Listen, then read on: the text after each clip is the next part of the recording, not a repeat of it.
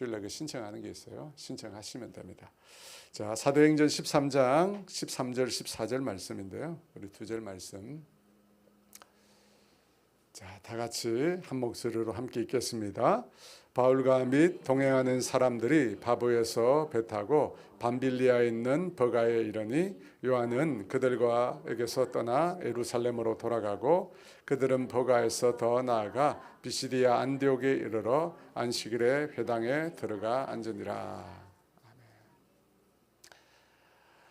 시리아 안디옥에서 시작한 바울의 첫 선교 여행지는 구브로, 지금의 키프루스 섬이었습니다.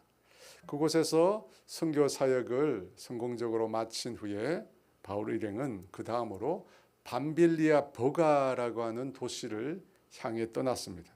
그런데 그곳에서 마가 요한이 돌출 행동을 하게 됩니다. 갑자기 선교팀을 이탈해서 예루살렘으로 돌아가 버립니다. 13절 말씀인데요. 한 번 더 읽습니다. 바울과 및 동행하는 사람들이 바보에서 배 타고 밤빌레에 있는 버가에 이르니 요한은 그들에게서 떠나 예루살렘으로 돌아가고, 이 바울의 선교팀의 그 팀원 숫자가 정확히 얼마인지 성경에 나와 있지 않습니다. 그럼에도 요한이 그 선교팀에서 떠났다라고 하는 것은 그 선교팀의 아주 큰 손실이었을 것입니다. 숫자적인 면에도 그렇겠지만 요한이 선교팀을 이탈했다라고 하는 그 자체가 선교팀 전체의 사기에 아주 큰 영향을 미쳤을 것입니다. 그런데 요한은 이 안디옥 교회에서 파송된 선교팀에서 맡은 직책이 뭐냐면 수행원이었어요. 수행원.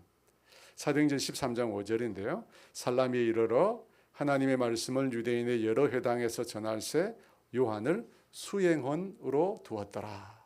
여러분, 이 수행원이라는 말이 헬라어로 휘페르테스 몰라도 됩니다. 휘페르테스. 근데 이 단어는 무슨 뜻이냐면 배 밑창에서 노를 젓는 노예를 뜻하는 단어입니다. 우리말로 사극이나 영화에 보면 나오죠. 격군이라고 해요. 격군.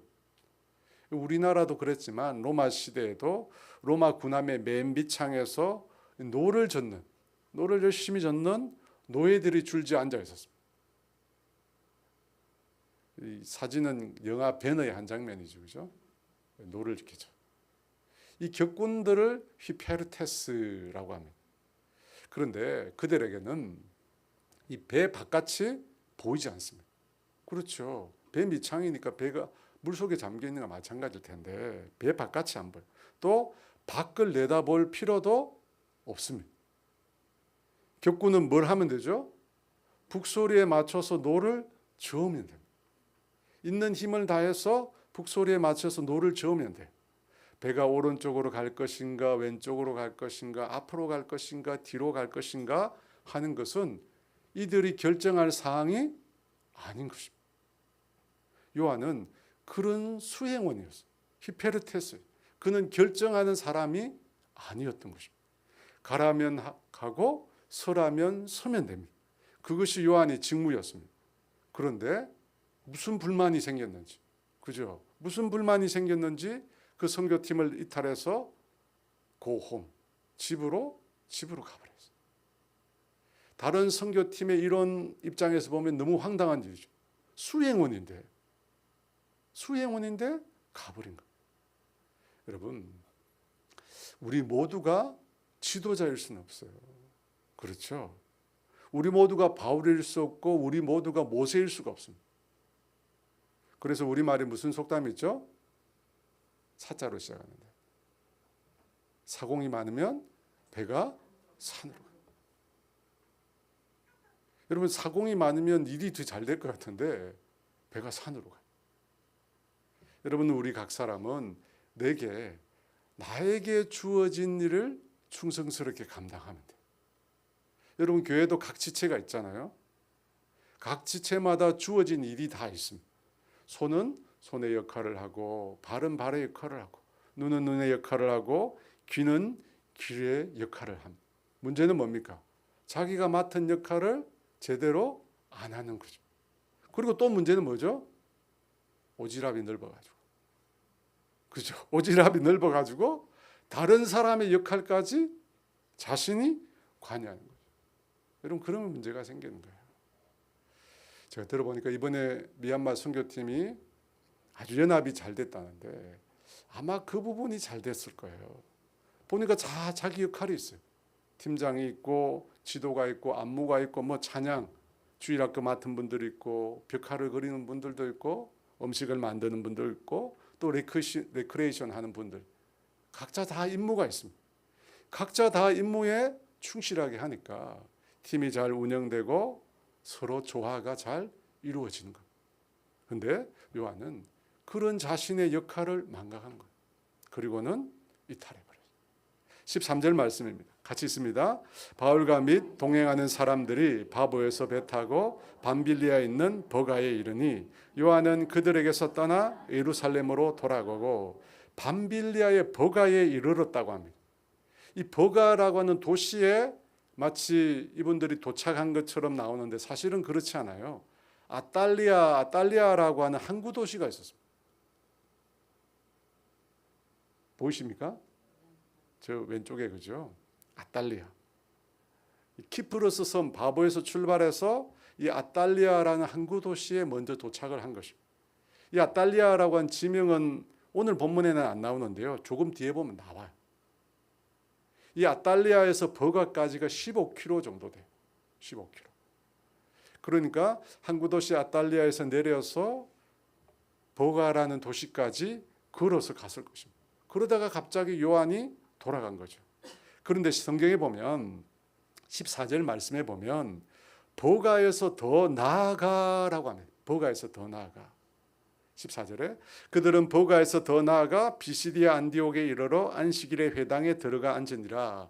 이 더 나아가라고 하는 말이 디에르코마이, 몰라도 됩니다. 디에르코마이. 무슨 뜻이냐면 그냥 통과했다는 거예요. 그러니까 바울 일행이 버가에 도착했는데 그곳에 머물지 않고 그냥 바로 통과해서 그 도시를 지나갔다는 거예요. 왜 그랬을까요? 여러분 생각을 해보십시오. 뭐가 이해가 안 되는 거냐면 바울 일행이 처음부터 그 목적지가 비시디아 안디옥이었으면 굳이 버가를 거쳐서 갈 이유가 없습니다.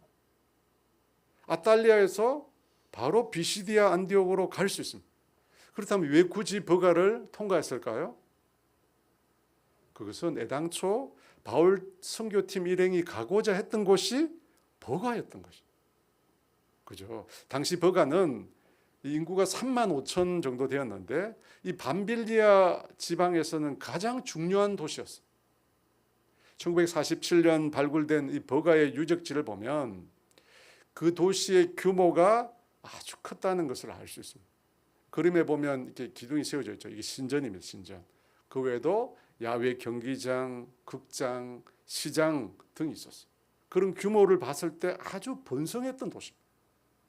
그런 도시를 바울이 놔두고 거기서 200km나 더 떨어져 있는, 그리고 고도가 1000m 이상이나 되는 고산지대인 안디옥으로 갔다는 겁니다. 그죠? 비시디아 안디옥. 왜 그렇게 했을까요? 여러분, 이 안디옥으로 가기 위해서는 타우루스라고 하는 산맥을 넘어요. 보기에도 벌써 아주 험해 보이잖아요. 뭐 지금처럼 자동차가 있는 것도 아니고, 그리고 이 타우루스 산에는 당시에 이 강도들이 자주 출몰했다고. 그런 위험을 안고 왜 바울 일행이 버가를 그냥 지나쳐서 간 것일까요? 상식적으로 이해가 잘 안 됩니다. 여러분, 바울 선교의 특징이 뭐냐면 바울은 가는 곳마다 복음을 전했다는 거예요. 때를 얻든지 못 얻든지. 바울이 한 말이잖아요. 디모데후서 4장 2절에 너는 말씀을 전파하라. 때를 얻든지 못 얻든지 항상 힘써라. 범사에 오래 참음과 가르침으로 경책하며 경계하며 권하라. 여러분, 이것이 바울의 특징이에요. 바울 선교의 특징. 때를 얻든지 못 얻든지 항상 힘쓰는, 항상 범사에 권하는 거예요. 이게 특징인데 버가를 패스한 거예요. 당시 아주 중요한 도시고 사람들도 많이 모여 있어요. 이상하죠? 그죠? 왜 그랬을까? 여러분, 비시디아 안디옥, 정확하게는 보이시죠? 비시디아 안디옥, 정확하게는 부르기아 안디옥입니다. 부르기아 안디옥. 이곳에서 시작해서 바울 일행이 그 다음으로 이고니온, 루스드라, 드베로 선교 여행이 이어집니다. 그죠? 그림에 자세히 보시면 나와 있어요. 선교 여행이 이어지고 비시디아, 안디옥, 이고니온, 루스드라, 드베. 여러분 이 지역들을 다 가리켜서 갈라디아라고 합니다. 갈라디아. 이 성경의 갈라디아서의 배경이 되는 지역. 그러니까 여러분 갈라디아는 한 교회를 말하는 것이 아니라 지역 이름입니다. 비시디아, 안디옥, 이고니온, 루스드라, 드베 지역을 다 묶어서 갈라디아라고 합니다. 이 지역에 보낸 사도 바울의 서신이 갈라디아서. 여러분 이 갈라디아서에 보면 왜 바울이 버가를 그냥 지나쳐서 안디옥으로 갔는지 그 이유를 알 수 있습니다. 힌트가 나와 있어요. 갈라디아서 4장 13절 같이 읽어볼까요? 내가 처음에 육체의 약함으로 말미암아 너희에게 복음을 전한 것을 너희가 아는 바라. 바울에게 육체의 약함이 있었다. 여러분 이것이 바로 버가를 그냥 통과한 이유입니다. 바울에게 육체의 약함이 있었다. 이 육체의 약함이라고 하는 이 단어의 우리말 뜻은 질병을 뜻합니다. 그러니까 당시 바울이 질병을 알았던 것. 그가 어떤 질병을 알았는지에 대한 여러 가지 다양한 주장이 있어요. 안질이나 간질을 알았을 것이다 주장이 있는데 여기서는 굳이 그 병 때문에 높은 고산지대로 서둘러서 올라갈 이유가 없다는 것입니다. 그래서 생각한 게 뭐냐면 아마도 이 아탈리아 그리고 버가라고 하는 지역이 저지대니까 당시 말라리아와 같은 풍토병에 걸렸을 것이다 라고 하는 주장에 힘을 받습니다. 여러분 이번에 보니까 우리 미얀마 선교팀에도 참여한 우리 희영 전도사도 보니까 제가 이해가 되더라고요. 현지에서 그냥 망고를 만졌대요. 만지지 말라고 했는데 그 피부병이 생긴 거예요. 피부병. 손이나 온몸에 점 같은 게 막 생겨요. 지금은 많이 좋아졌습니다. 여러분 풍토병이라는 게 뭐냐면 그 지역에만 있는 특수한 기후나 토질로 인해서 생기는 병입니다. 그래서 다른 지역 사람들이 그곳에 왔을 때 어떻게 해요? 쉽게 그 병에 걸리는 것입니다. 당시 바울 당시의 의료 수준은 지금과 비교할 수 없잖아요. 너무나 저급한 풍토병이 걸렸다고 당장에 치료가 안 되는 거예요. 아마도 말라리아라고 생각을 하는데요. 근데 그 당시 이 풍토병을 치료하는 방법이 뭐냐니까 풍토병이 걸린 그 환경과 정반대 환경으로 옮기는 겁니다. 왜냐하면 그 지역의 특수한 기후와 환경 때문에 생긴 것이잖아요. 그러니까 그것과 정반대되는 환경으로 옮기면 괜찮을 것이다. 상당히 일리가 있어요. 그죠? 당시 버가는 저지대뿐만 아니라 조금 무덥고 습한 기후였을 것입니다. 왜냐하면 지중해에 가깝거든요. 그리고 배를 탈 수 있는 계절이었기 때문에 여름철이었을 겁니다. 그래서 그 습하고 더운 기후와 정반대되는 건조하고 신선한 지역을 선선합니다. 선선한 지역을 신선 아니고 선선한 지역을 찾게 된 거예요. 그래서 향한 곳이 어디냐면 해발 1000m 이상 되는 고산지대인 비시디아 안디옥으로 갔다는 거예요. 여러분 후에 바울이 갈라디아 지역에서 복음을 다 전한 이후에 다시 버가로 돌아와요. 그리고 그곳에서 복음을 전해요. 그 내용이 사도행전 14장 21절에서 25절에 나와요. 복음을 그 성에서 전하여 많은 사람을 제자로 삼고 루스드라와 이고니온과 안디옥으로 돌아가서 제자들의 마음을 굳게 하여 이 믿음에 머물러 있으라 권하고 또 우리가 하나님의 나라에 들어가려면 많은 환난을 겪어야 할 것이라 하고 각 교회 장로들을 택하여 금식 기도하며 그들이 믿는 주께 그들을 위탁하고 비시디아 가운데로 지나서 밤빌리아에 이르러 말씀을 버가에서 전하고 아탈리아로 내려가서 그죠? 반대로 그죠? 다시 돌아옵니다. 여러분 이것을 보면 애초에 버가를 그냥 통과하는 것은 바울의 계획이 아니었던 거예요. 풍토병에 걸렸기 때문에 어쩔 수 없이 산맥을 넘어서 험산줄령 타우루스 산맥을 넘어서 비시디아 안디옥으로 갈 수밖에 없었던 것이죠. 그런데 여러분 이것이 하나님의 인도하심이죠. 여러분, 만약에 바울이 풍토병에 걸리지 않았다면 그 높고 험한 타우러스 산맥을 넘어갔을까요? 저는 그렇지 않을 가능성이 더 높다고 봅니다. 왜냐하면 처음 선교를 갔잖아요. 처음 선교를 갔기에 그런 모험까지 할 이유가 없었을 것입니다. 그런데 풍토병에 걸렸으니까 어쩔 수 없이 높은 지역을, 그죠? 공기가 선선한 지역을 따라 갈라디아 지방까지 나아간 것입니다.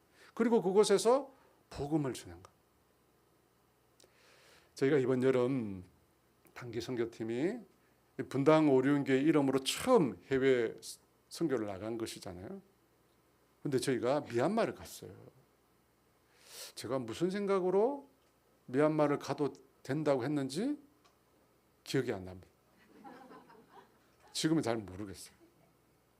지금 만약 다시 선택하라고 했으면 가도 된다 그렇게 말을 했을까 모르겠어요. 저는 무슨 생각을 했냐면 처음 우리가 선교를 가는 거잖아요. 그래서 처음 가는 이 선교가 참 중요하다고 생각했어요. 왜냐하면 앞으로 우리가 선교가 매년 갈 텐데, 그죠? 다음번에 가는 선교들은 전부 이 첫 선교의 경험을 바탕으로 우리가 갈 거거든요. 그러니까 여러분, 처음이 중요한 겁니다.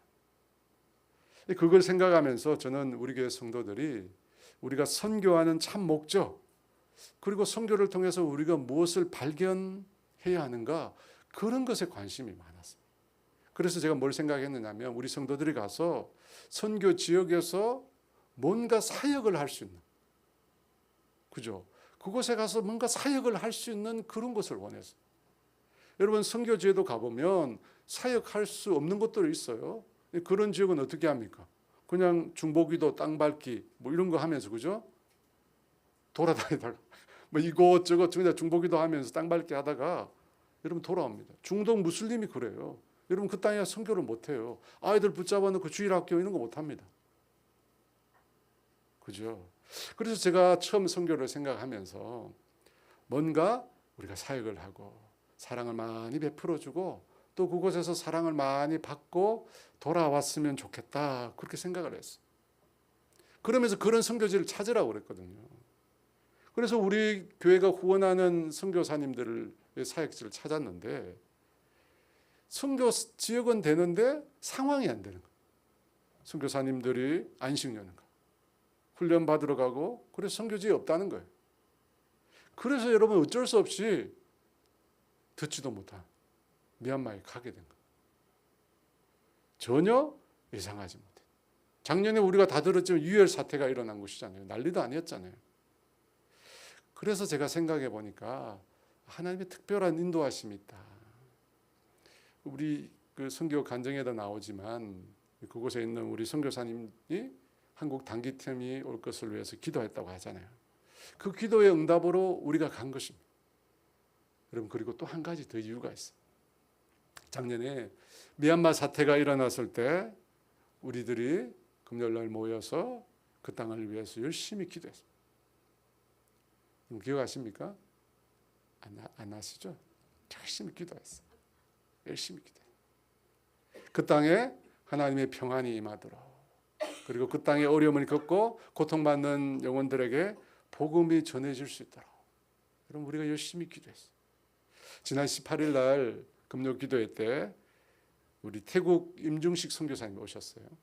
우리 교회가 후원하죠. 우리 김경수 권사님 매제가 되는 그 선교사님이 예배를 마치고 저에게 그래요. 자신은 이 선교를 위해서 이렇게 뜨겁게 기도하는 교회를 못 봤다고. 근데 그날 특별히 또 선교를 위해서 많이 기도했어요. 여러분, 우리가 미얀마에 간 것은 우리가 그 땅을 위해서 기도했다는 것을 하나님이 기억하신 거예요. 여러분, 하나님이 들으신 거예요. 그래서 여러분, 하나님이 우리를 그 땅에 보내신 거예요. 여러분, 잘 생각해요. 하나님 누굴 보내겠어요? 그 땅에서는 누군가 이곳에 선교팀이 왔으면 좋겠다고 기도하는데 하나님 누굴 보내겠어요? 그 땅을 위해서 기도한 교회를 보내는 거예요. 너무 당연하지 않아요? 하나님의 뜻이 있었던 거예요. 그래서 제 생각을 아무 생각 없게 만든 거예요. 사랑하는 여러분, 하나님의 사람에게 일어나는 인생의 모든 일에는 하나님의 뜻이 있어요. 하나님의 섭리가 있습니다. 심지어 질병조차 그죠? 질병조차 하나님의 섭리가 있어요. 우리는 하나님의 섭리를 어떻게 이해하느냐면 좋은 일에만 하나님의 뜻이 있고 섭리가 있고 역사가 있다고 믿는 경향이 있습니다. 그래서 좋지 못한 일, 고난, 아픔, 비극적인 사건 등에서는 하나님의 섭리를, 하나님의 뜻을 잘 발견하지 못한. 왜? 그 사건, 그 문제에 우리가 갇혀서 그 너머에 계신 하나님을 못 보는 거예요. 그런데 여러분, 그렇지 않습니다. 질병에도 하나님 섭리가 있습니다. 여러분, 질병에 무슨 하나님의 섭리가 있을까? 예수 믿는 사람의 질병에 하나님 뜻이 있어요. 어느 날 예수님께 제자들이 앞을 보지 못하는 맹인을 데리고 왔어요. 그리고 예수님께 묻습니다. 이 사람이 보지 못하는 것이 그의 죄 때문입니까? 그의 부모의 죄 때문입니까? 그때 예수님이 어떻게 대답하십니까? 요한복음 9장 3절에 이렇게 대답하십니다. 같이 있습니다. 예수께서 대답하시되 이 사람이나 그 부모의 죄로 인한 것이 아니라 그에게서 하나님이 하시는 일을 나타내고자 하심이라. 여러분, 죄가 아니라면 하나님이 하시는 일을 나타내기 위해서랍니다. 하나님이 하시는 일, 섭리잖아요. 앞을 보지 못하는 그 사람에게도 하나님의 섭리가 있는 것입니다. 여러분, 요셉이 애굽 땅에 팔려갔습니다. 시위대장 보디발의 집에 노예로 팔려갔습니다. 그런데 그 일에도 하나님의 계획이 있었습니다. 하나님의 섭리가 있었습니다. 그게 뭐죠? 나중에 요셉이 자기 형들을 만나면서 자신이 누군지를 밝히면서 이런 말을 합니다. 창세기 45장 5절 같이 있습니다. 당신들이 나를 이곳에 팔았다고 해서 근심하지 마소서, 한탄하지 마소서. 하나님이 생명을 구원하시려고 나를 당신들보다 먼저 보내셨나요? 근심하지 말고 한탄하지 말래요. 사실 이 말은 요셉이 제일 많이 했을 거예요. 부잣집 그죠? 도련님으로 그렇게 총애받던 그가 하루아침에 비참한 노예 신세가 되었으니 얼마나 그 신세 한탄을 많이 했겠어요. 게다가 억울한 누명까지 써서 감옥에 살았죠. 여러분, 그 고통이 얼마나 컸을까요? 아마 매 끼니 때마다 요셉의 메뉴는 근심과 한탄이었을 거예요. 내 인생이 왜 이런지, 왜 하나님은 나를 이렇게 버리셨는지. 그런데 하나님이 그를 그곳에 두신 이유가 있었던 거예요. 하나님의 섭리가 있었어요. 계획이 있었어요. 생명을 구원하시려고 요셉을 형들보다 먼저 애굽 땅에 보냈다는 거예요. 그러므로 사랑하는 여러분, 예수 안 믿는 사람 제쳐놓은 거예요. 예수 믿는 오늘 우리에게는 하나님의 놀라운 섭리와 계획이 있습니다.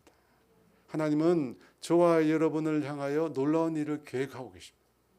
여러분 믿으십니까? 전도 소책자인 사형리의 일원리가 뭐냐면 하나님은 당신을 사랑하시며 당신을 위하여 놀라운 계획을 가지고 계십니다. 우리 옆 사람 한번 봐주세요. 옆 사람 없는 분은 이제 앞 사람을 봐주셨습니다. 그분한테 얘기해 주세요. 하나님은 당신을 사랑하시며 당신을 위한 놀라운 계획을.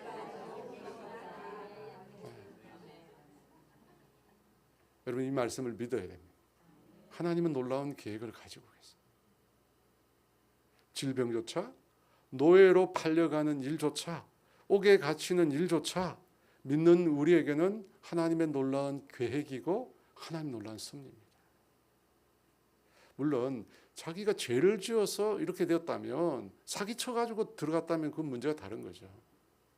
그런데 그렇지 않았음에도 내 삶에 어려움이 찾아왔다면 그 어려움 가운데는 반드시 하나님의 섭리가 있습니다. 계획이 있고 뜻이 있습니다. 여러분, 이게 참 좋아요. 우리의 삶에서 일어나는 모든 문제를 하나님의 중심으로, 하나님의 관점으로 해석하는 게 너무 중요합니다. 여러분, 여러분의 인생을 하나님의 관점으로 해석하는 능력, 이게 정말 중요해요. 왜 중요하냐면 하나님의 관점으로 해석하면 우리 인생의 질병조차, 종으로 팔리는 일조차 다르게 해석될 수 있다. 그렇지 않아요? 우리 인간의 관점과 하나님의 관점이 달라. 하나님 중심으로 우리 인생을 바라보면 우리 인생이 완전 다르게 해석될 수 있는 거예요. 여러분, 우리가 하나님 중심으로 우리 인생을 해석하면 그 어떤 경우라도 우리 인생을 우리는 긍정으로 해석할 수 있어요. 그렇지 않아요? 하나님 중심으로 우리 인생을 바라보면 우리 인생이 그 어떤 경우라도 긍정이 될 수 있습니다. 왜 그렇죠? 하나님을 믿거든요. 하나님 어떤 분이시라고요? 우리를 위하시는 분. 우리를 위하시는 분이에요. 그 아들과 함께 모든 것을 우리에게 주시고자 하는 분이세요. 모든 것을 합력하여 우리의 신앙을, 우리의 구원을 완성해 가시는 분이라는 것. 여러분, 이것이 하나님의 관점이에요. 그런 하나님을 믿는 것, 그게 믿음이죠. 여러분, 그렇지 않나요? 하나님이 나를 위하시고 하나님 반드시 내 인생을 이끌어 주시고 구원의 길로 이끌어 주실 것이라고 믿는 것, 그게 믿음이죠. 여러분, 우리가 믿는 이 믿음의 가장 기본적인 믿음이 뭐냐면 하나님은 내 인생을 주님이 원하시고 기뻐하시는 곳으로 반드시 인도하신다는 믿음이에요. 여러분, 그 믿음 갖고 있지 않아요? 하나님 나를 이상한 곳으로, 하나님 나를 심판의 길로, 멸망의 길로 인도한다고 여러분 믿으십니까? 아니잖아요. 그건 잘못된 믿음이에요. 여러분, 우리의 모든 삶의 과정에는 하나님의 놀라운 계획과 섭리와 일하심이 반드시 있습니다. 우리는 그걸 믿습니다. 그걸 믿기 때문에 우리가 그리스도인이에요. 그러므로 여러분, 모든 일을 하나님의 관점으로 바라보시기 바랍니다. 우리가 어떤 일이 생겼을 때 마귀는 끊임없이 우리를 이상한 대로, 자꾸 이상한 대로, 그리고 우리 안에 있는 우리의 죄성도 끊임없이 우리를 이상한 대로, 너가 못나서 그래, 너가 기도 안 해서 그래, 너가 성경을 안 봐서 그래, 너가 교회 열심히 안 해서 그래. 여러분, 하나님 그런 분이 아니세요. 내가 한번 새벽 기도 안 갔다고 그 다음부터 하나님 나를 매들고 때리는 그런 분이 아니에요.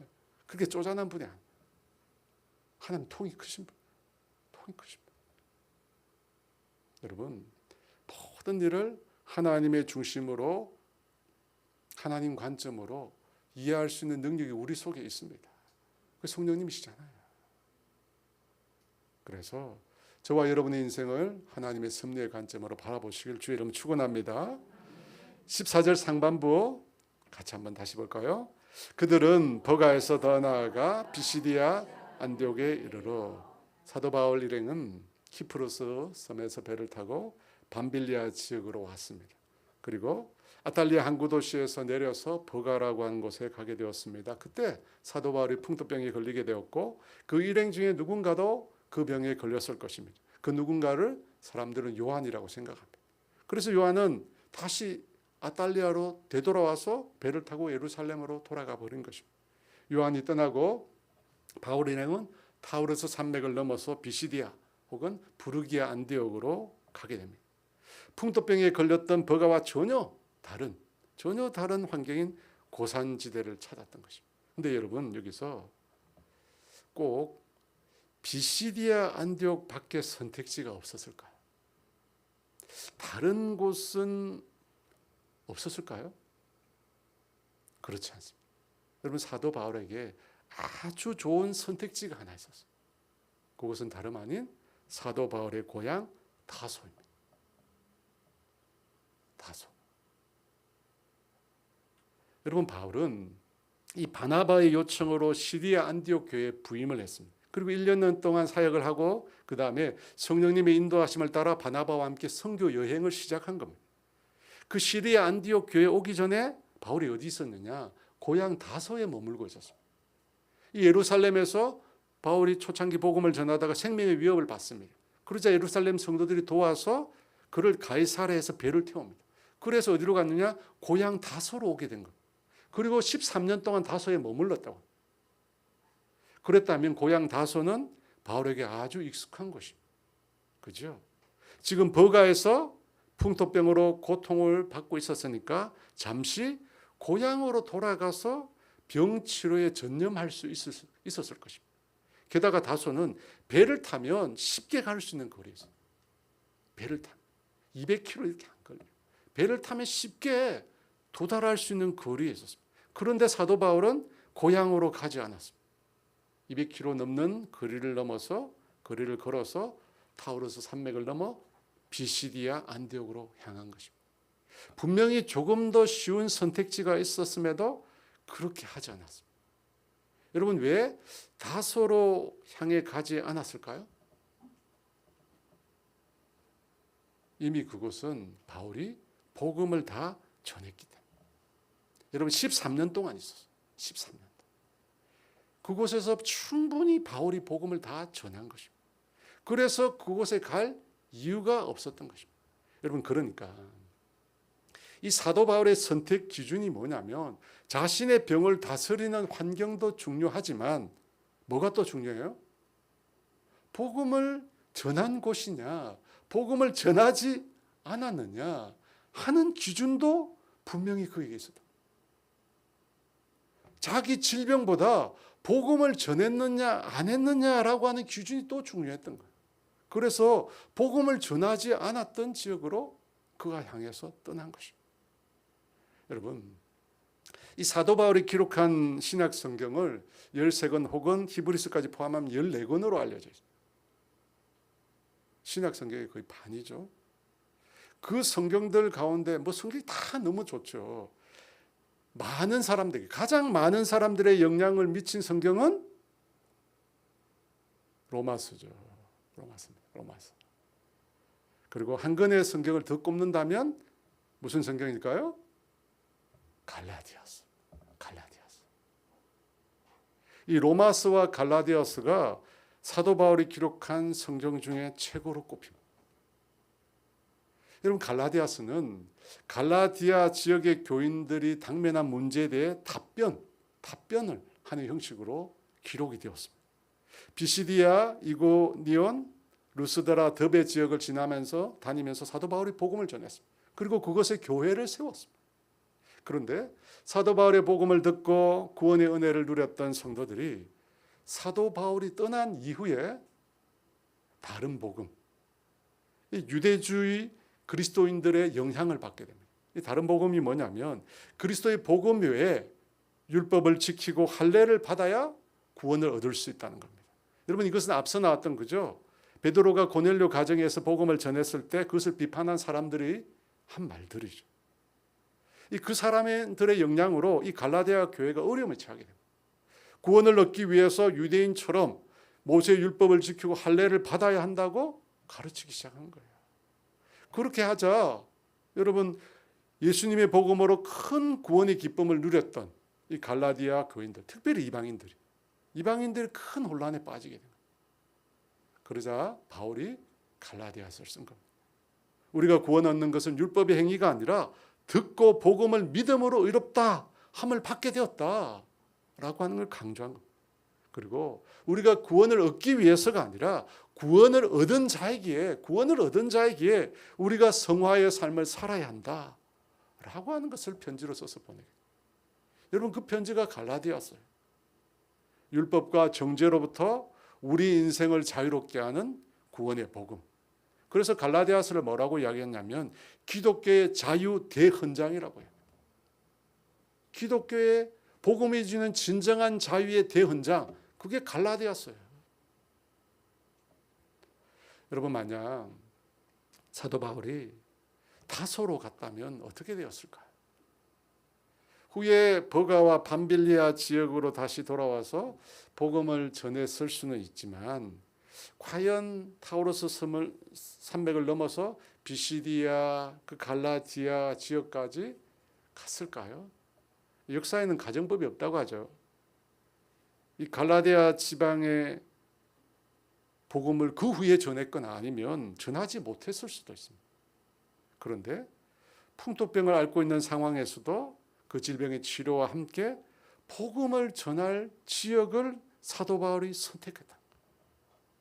지독하죠. 여러분, 지독하잖아요. 저라면, 여러분이라면 어떻게 하겠어요? 아니 뭐 세월이 내일 세상이 멸망하는 것도 아닌데 그죠? 먼저 병을 치료하고 그 다음에 가도 되잖아요. 그런데 바울은 지독한. 이 요한과 바울이 다퉜거든요. 다퉜던 이유가 뭐냐면 바로 이 바울의 지독한 복음에 대한 열정 때문에 목숨을 걸었잖아요. 그 열정 때문에, 그 예수 그리스도의 복음을 전해야겠다는 그 열정 때문에 쉬운 길이 아닌, 편한 길이 아닌 좁고 험한 길을 사도 바울이 선택한 것입니다. 여러분, 그 결과 갈라디아 교회가 세워지고 갈라디아서가 기록되게 된 것입니다. 사랑하는 여러분, 기울어진 비탈에서 나는 과실이 더 당도가 높다고 해요. 제가 늘 궁금한 건 뭐냐면 왜 진귀한 약초는 항상 벼랑에 달려있는 가? 여러분, 이해되지 않잖아요? 아니, 사람이 잘 찾을 수 있는 곳에 있으면 될 건데 꼭 접근 불가능하고, 그죠? 그런 곳에 정말 귀한 게 매달려 있거든요. 보통 가격이 10억이라고 그래요. 이 바이올린 중에 명품이 스트라디바리우스, 그죠? 이 바이올린이 가격도 비싸지만 신비의 소리를 낸다고 해서 사람들에게 주목을 겁니다. 이 스트라디바리우스 바이올린이 신비의 소리를 내는 이유가 여러 가지겠지만 어떤 설이 유력하냐면 이 바이올린을 만드는 나무에 있다 설이 유력합니다. 이 바이올린은 빙하기 때 자란 나무로 만들어졌다. 빙하기 언제죠? 여러분, 빙하기 때 나무가 자랄 수 없잖아요. 그런 혹독한 추위 가운데서 버티면서 살아낸 그 생존력. 여러분, 그 생존력이 이 스트라디바리우스 바이올린의 신비의 소리를 만들어낸다고. 제가 지난 주일에 우리 인생의 연단에 대해서 말씀을 드렸습니다. 죄로 인한 것이 아님에도 우리 인생에 고난이 있습니다.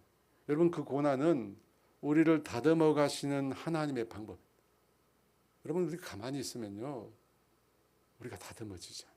우리가 가만히 있는데 어떻게 예수님의 형상으로 닮아가겠어요? 예수님의 형상으로 우리를 만들어 가시기 위한 하나님의 방법이 연단이에요. 연단이에요. 저도 부모지만 이 자녀들을 대할 때마다 어떤 마음이 드느냐면 이 자녀들에게 좋은 환경을 만들어주고 싶은 마음이 있어요. 여러분, 부모가 다 그런 마음. 그런데 우리가 한편으로 우리가 다 인정하듯이 좋은 환경, 온실에서 자란 화초는 어떻게 해요? 생명이 약해요. 생명이 약해요. 열매를 제대로 맺을 수가 없습니다. 그래서 주님은 때때로 우리를 광야에 내던지시는 거예요.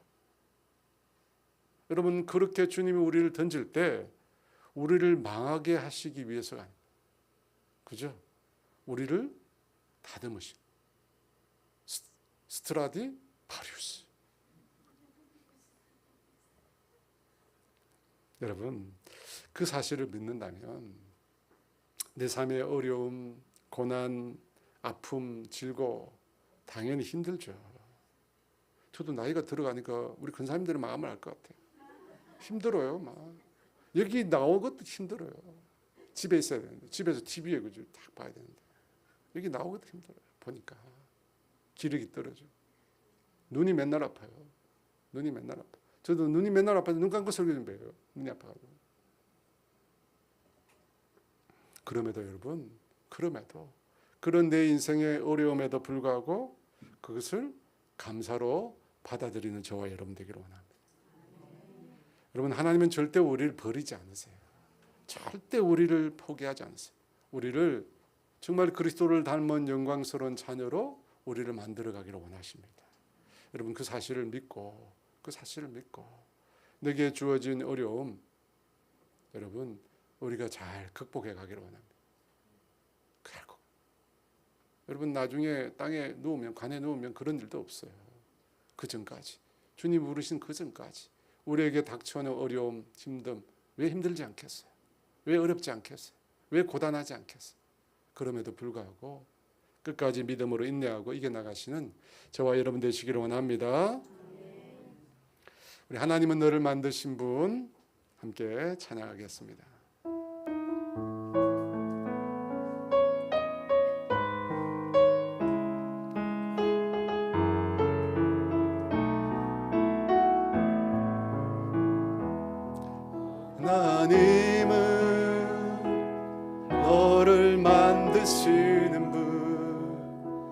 너를 가장 많이 알고 계시며 하나님은 너를 만드시는 분 너를 가장 깊이 이해하신단다.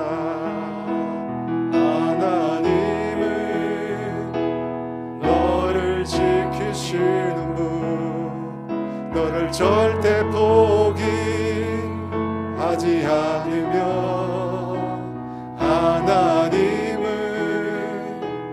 너를 지키시는 분 너를 쉬지 않고 지켜보신단다.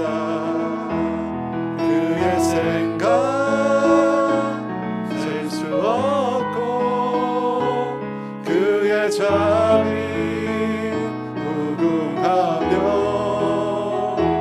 그의 성실 날마다 새롭고 그의 사랑 끝이 없단다.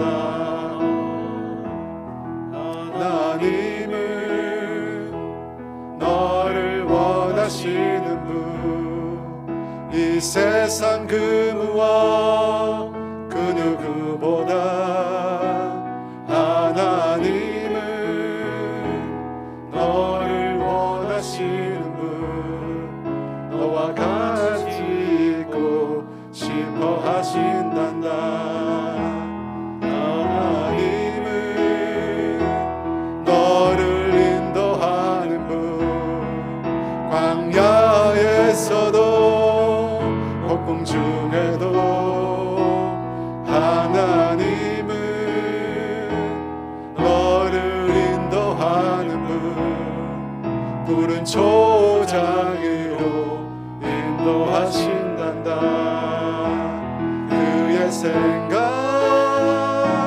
셀 수 없고 그의 자비 무궁하며 그의 성실 날마다 새롭고 그의 사랑 끝이 없단다. 그의 생각 셀 수 없고 그의 자비 무궁하며 그의 성실 날마다 새롭고 그의 사랑 끝이 없단다. 여러분 그렇다고 젊은 사람이 또 고민이 없는 거 아닙니다. 젊은 사람도 다 젊은 사람 나름대로 힘든 일이 있고 어려움이 있어요. 여러분 우리 인생은 그런 거예요. 근데 여러분 그런 인생을 살아가는데 우리에게 꼭 필요한 게 뭐냐면 하나님이 어떤 분이신가에 대한 분명한 확신이에요. 여러분 우리가 왜 우울하고 힘들었지 아세요? 힘든 고난 가운데 어려운 가운데 하나님이 어떤 분이신가, 하나님이 나를 포기하지 않으시고 하나님 나를 끊임없이 사랑하시고 절대 나를 잡고 있는 손을 놓지 않는 그런 자비가 많으시고 사랑이 많으신 분이라는 그 확신이 흔들려요. 그게 흔들려요. 그게 흔들리는 게 힘든 거예요. 여러분 그 순간에도 그 어떤 순간에도 하나님 나를 지키신다. 그 어떤 순간에도 나를 포기하지 않으시고 하나님은 나를 사랑하신다. 여러분 이 확신이 우리가 흔들리면 힘든 거예요. 여러분 이 시간 기도하십시다. 하나님은 나를 포기하지 않으시고 끝까지 나를 사랑하시며 그 아들조차 나에게 주신 그 사랑의 하나님이라는 사실이 아버지 내 안에서 흔들리지 않도록 도와주십시오. 하나님 나를 우울하게 만들고 나를 힘들게 만들고 하나님 나를 사랑하지 않아 나를 버려서 관심이 없어 그런 끊임없는 참소에 하나님 내가 넘어지지 않게 해주세요. 끝까지 주님에 대한 신앙 이 굳건한 신앙 흔들리지 않도록 나를 붙들어 달라고 우리 주여 외쳐 같이 한번 기도합니다. 주여 할렐루야. 성령이 임하여주세요. 성령이 임하여주세요. 아버지 임하여주세요. 아버지 임하여주시옵소서. 아버지 주여 도와주시옵소서. 오 성령님 아버지 임하여주세요. 아버지 임하여주세요. 나를 절대 포기하지 않으십니다. 하나님 나를 절대 포기하지 않으십니다. 절대 포기하지 아버지 주여 절대 포기하지 아버지 주여 도와주시옵소서. 아버지 주여 도와주시옵소서. 하나님을 향한 우리의 생각이 아버지 하나님을 향한 우리의 생각이 흔들리지 않게 도와주시옵소서. 하나님을 향한 우리의 마음이 아버지 요동하지 않도록 도와주시옵소서. 하나님은 사랑이 많으시고 자비가 많으시고 우리를 끝까지 사랑하시는 아버지 그 하나님에 대한 우리의 마음이 흔들리지 않도록 주님 도와주시옵소서. 주님 도와주시옵소서. 주님 도와주시옵소서. 주님 도와주시옵소서. 오 주님이시여 아버지 주여 도와주소서. 오 아버지 주여 아버지 주여 아버지 주여 성령님 임하여 주세요. 아버지 주여 도와주소서. 아버지 도와주세요. 아버지 주여 도와주세요. 아버지 주여 아버지 주여 아버지 주여 도와주세요. 아버지 주여 도와주세요. 아버지 주여 도와주세요. 아버지 주여 도와주세요. 성령님 임하여 주세요. 성령님 임하여 주세요. 성령님 임하여 주세요. 아버지 주여 아버지 주여 아버지 주여 아버지 주여 아버지 주여 아버지 주여 성령님 임하여 주세요. 아버지 주여 아버지 우리 가운데 임하여 주세요. 아버지 올라오세요. 아버지 올라오세요.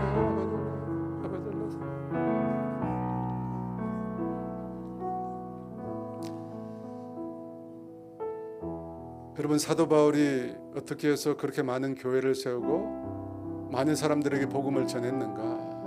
오늘 말씀에 나와 있습니다. 그의 지독한 복음에 대한 열망이에요. 여러분 사도 바울이 그런 부통병에 걸렸을 때 함께한 사람들이 말하지 않았겠어요? 좀 쉬었다 가자. 좀 가서 병을 추스리고 가도 된다. 맞아요. 틀린 말 아닙니다. 하지만 여러분 하나님의 역사는 우리 생각하고 다릅니다. 하나님이 놀랍게 일하실 때는 언제였습니까? 우리의 본성을 거스를 때, 내가 원하는 편한 길이 아닌 좁은 길로 협착한 길로 가게 될 때 하나님 일하십니다. 하나님 일하십니다. 여러분 우리에게 이런 신앙이 필요합니다. 우리에게 이런 신앙이 필요합니다. 우리가 예수를 믿고 성령을 받은 우리는 다 우리 마음속에 그런 게 있습니다. 하나님 앞에서 열매 맺는, 그래서 하나님 앞에 섰을 때 열매로 추수한 것으로 주님 앞에 드리고 싶은 마음이 다 있잖아요. 여러분 그런 삶은 쉽게 만들어지지 않습니다. 그런 삶은 그냥 세상이 원하는 대로, 내 마음이 원하는 대로, 내 육신이 원하는 대로 가서는 얻을 수 없는 겁니다. 여러분 영혼을 어떻게 우리가 그렇게 얻어요? 그것은 내 생각과 내 마음을 본성을 거슬러 갈 때, 여러분 이 시간 기도할 때 하나님 나에게도 영혼을 향한 복음을 향한 열망을 회복시켜 주세요. 아버지 회복시켜 주세요. 그래서 하나님 아버지 내 삶의 첫 번째 우선순위가 복음이 되게 해주세요. 예수님이 되게 해주세요. 여러분 그런 사람에게 하나님 일하세요. 우리 주여 외치고 기도합니다. 주여 할렐루야. 성령님 임하여 주세요. 아버지 거룩한 영으로 임하여 주세요. 아버지 거룩한 영으로 임하여 주세요. 아버지 내 삶의 제 첫 번째 우선순위가 아버지 영혼을 살리는 일이 되게 하여 주시옵소서. 복음이 되게 해 주세요. 예수님의 이 복음, 아버지 이 복음 없으면 영혼이 죽습니다. 아버지 내 육신의 아버지 편안함, 내 육신의 아버지 좋음을 따라 내가 살아가지 않고 하나님 아버지 이 생명의 복음, 이 구원의 복음, 아버지 이 예수님의 복음, 아버지 이 예수님의 복음을 내 인생의 첫 번째 우선순위에 늘 둘 수 있도록 주님 은혜를 주세요. 주님 우리 가운데 은혜를 주세요. 주님 우리 가운데 은혜를 주세요. 주님 우리 가운데 은혜를 베풀어 주세요. 주님 우리 가운데 일하여 주세요. 주님 우리 가운데 일하여 주시옵소서. 성령님 우리 가운데 일하여 주시옵소서. 주님 아버지 우리의 마음을 감동시켜 주세요. 우리의 마음을 새롭게 해주세요. 아버지 세상 사람들이 살아가는 삶의 방식대로 살지 않고 아버지 그것을 거슬러서 정말 생명 있는 살아있는 자의 삶을 아버지 살아갈 수 있도록 주님 은혜를 더하여 주시옵소서. 우리 가운데 영으로 임하소서. 오 할렐루야. 성령님 임하여 주세요. 거룩한 영으로 임하소서. 오 할렐루야.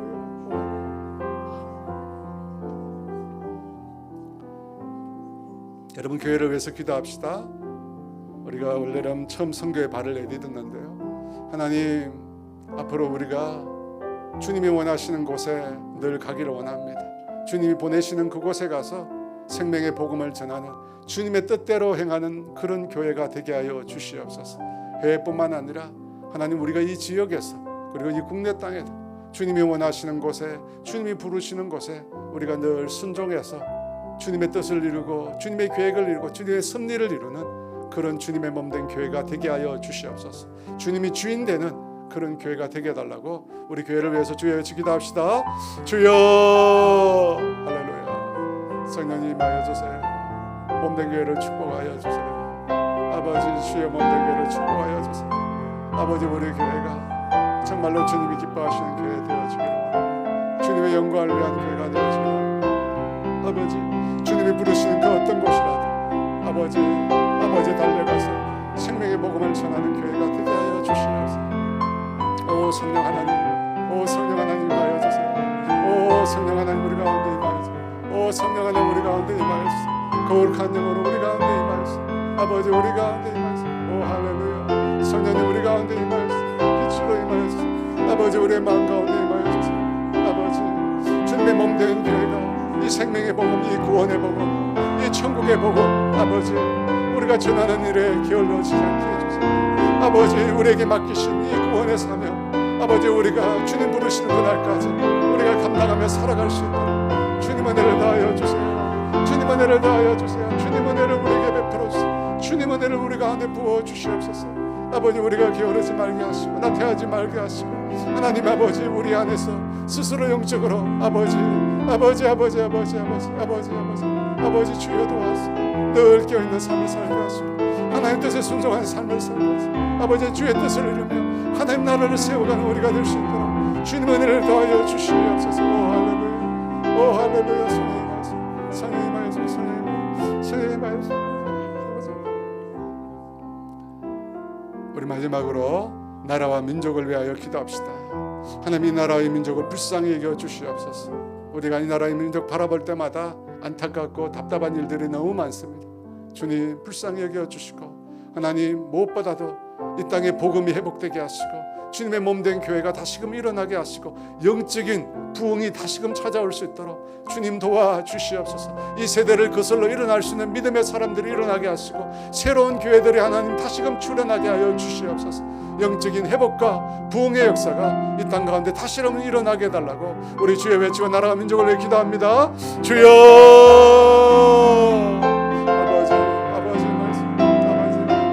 아버지 말해 주세요.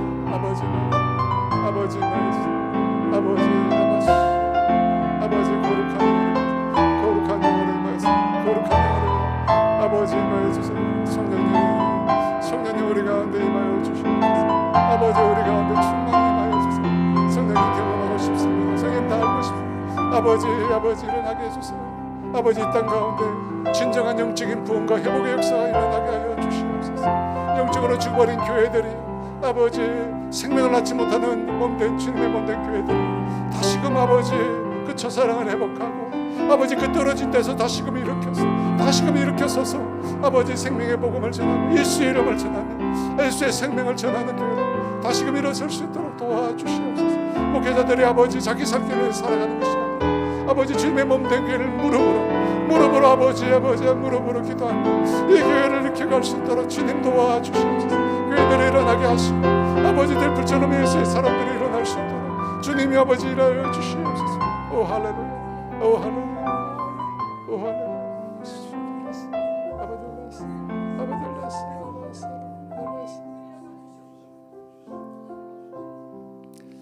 하나님 아버지, 우리 인생에서 일어나는 모든 일들은 하나님과 무관한 일이 단 하나도 없는 줄 압니다. 모든 일들은 하나님의 섭리요 하나님의 뜻과 계획이 담겨 있는 줄 믿습니다. 우리의 고난까지도 아버지, 우리 인생의 어려운 일에도 하나님은 반드시 그곳 가운데 계신 분이심을 확신합니다. 그는 하나님의 시각으로, 하나님의 관점으로, 하나님 중심으로 우리 인생을 바라볼 수 있는 믿음을 우리 가운데 허락하여 주시옵소서. 그래서 세상의 시류를 따라 살아가지 않고 하나님의 관점으로 세상의 시류를 거슬러서 살아가는 주님의 자녀들 다 될 수 있도록 은혜를 베풀어 주시옵소서. 우리는 세상 사람처럼 살아갈 수 없습니다. 세상을 이겨가며 아버지, 세상을 거슬러 이기는 하나님의 자녀로 살아갈 수 있도록 은혜 베풀어 주시옵소서. 우리의 능력이 아니라, 우리의 지혜가 아니라, 우리의 힘이 아니라 주님의 능력과 성령님의 능력으로 그 삶이 가능할 줄 믿사오니 성령 하나님, 우리 가운데 충만히 임하여 주시옵소서. 충만을 더하여 주시옵소서. 그래서 하나님을 영화롭게 하는 삶, 복음을 위하는 삶, 영혼을 살리는 삶을 살아가는 우리 모두가 되게 하여 주시옵소서. 지금은 우리 주 예수 그리스도의 은혜와 하나님의 다함이 없는 사랑하심과 성령의 교통하심과 인도하심과 위로하심, 오늘 예수 그리스도를 따라 복음을 위한 삶을 살기로 결단하는 사랑하는 성도들 위해 이제로부터 영원토록 함께 하시기를 간절히 축원하옵나이다.